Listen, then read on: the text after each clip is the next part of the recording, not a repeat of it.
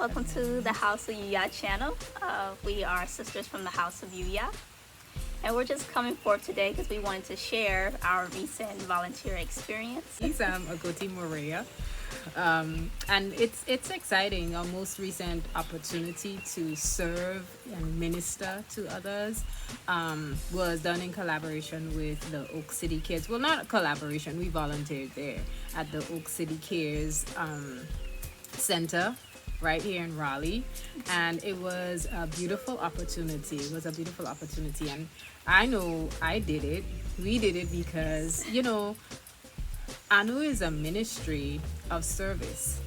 So because of that, we know that part of what we're charged to do is to serve and to minister to others and to give others the opportunity to feel as if they have dignity, right? Regardless of what their experience is, regardless of what they're going through, displacement, housing insecurities, none of that should mean that a person doesn't have the opportunity to have food, clothing, and shelter and be served by people who are willing to do it and happy to do it.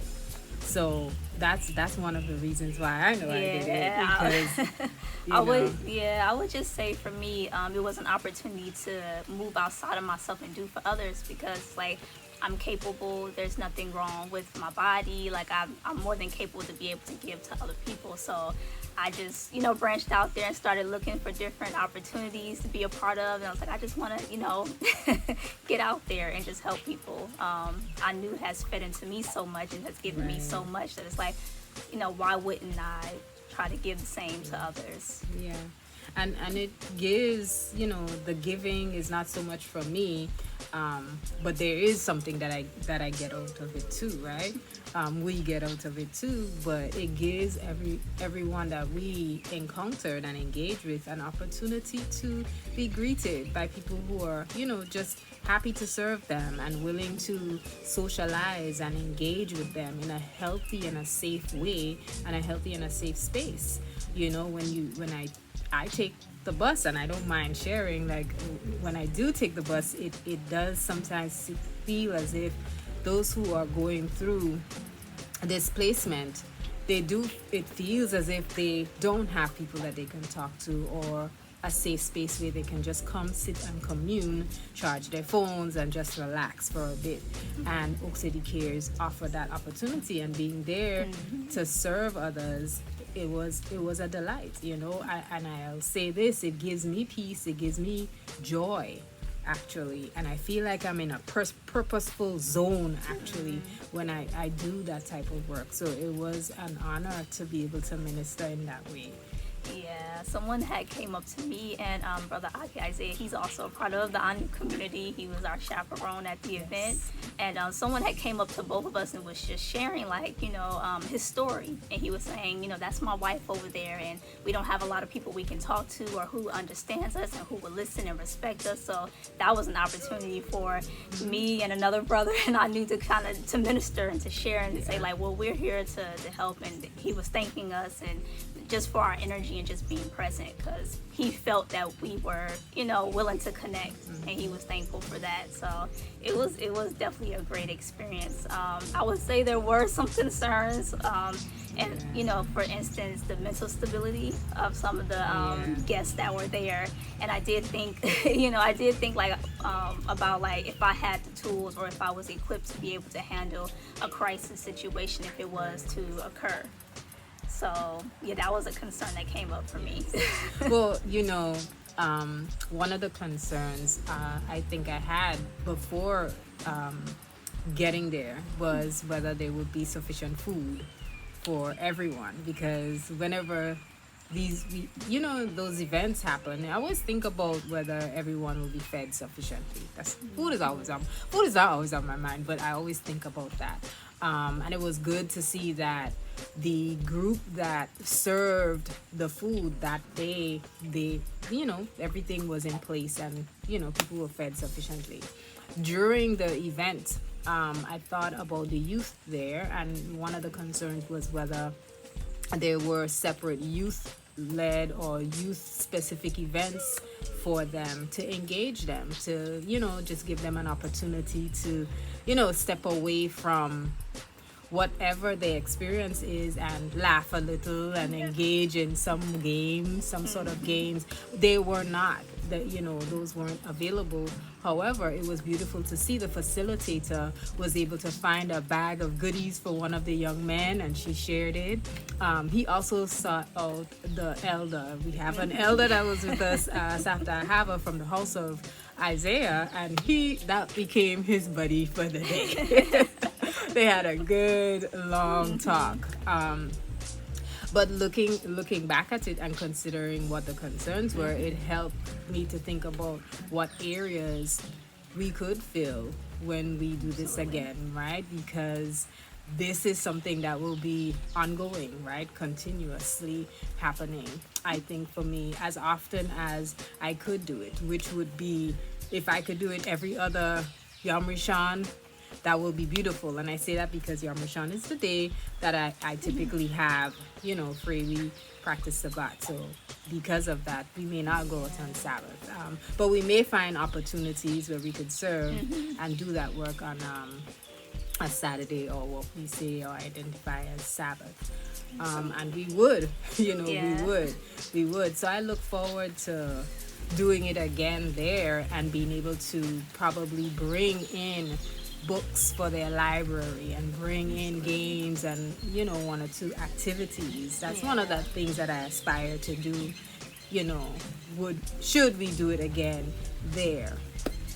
Because I could see how those were spaces that we could fill to offer additional experiences for those who are displaced and have housing insecurities. Yeah, I would say for me, I definitely, I agree. I would definitely want to at least, volunteer and assist people at least once a month at the very least.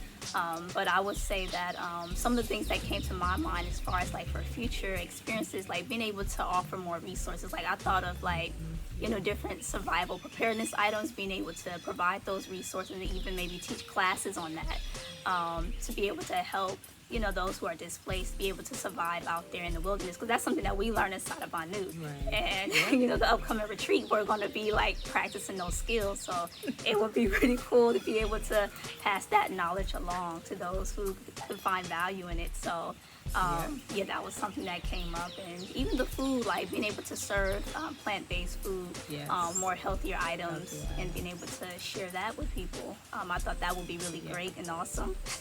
Items that are more filling as well too, and opportunities to pause and engage with the community.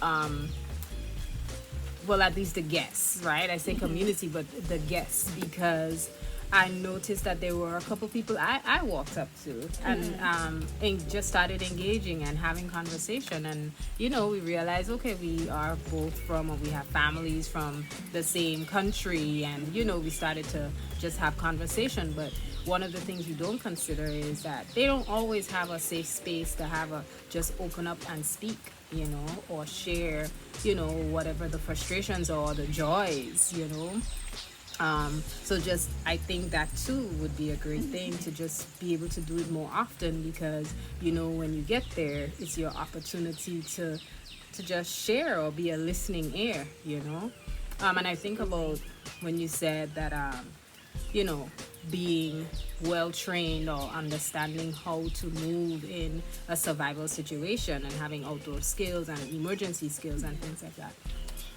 It made me think about one of the charges that was given to a few of us too, to be certified in mental health aid, right? To be able to serve and just engage with people in a sensible way, right? Not to diagnose anything, but to be able to give them a space to share and, maybe share emotionally or share some of those frustrations, and for them to walk away and feel as if they were heard, and maybe connect them to resources that they can use to support them and stabilize them. That was a charge for us too, and it comes in handy. When you said that mental stability was one of the concerns for you, it does come in handy, because it helps even maybe if we have to diffuse a situation, which was not the case. Which was not the case. It was a very peaceful experience, and it offered us all an opportunity to serve and to do what the work is about, to do what it means to minister, to be Yeah. a ministry. So Absolutely. it was beautiful.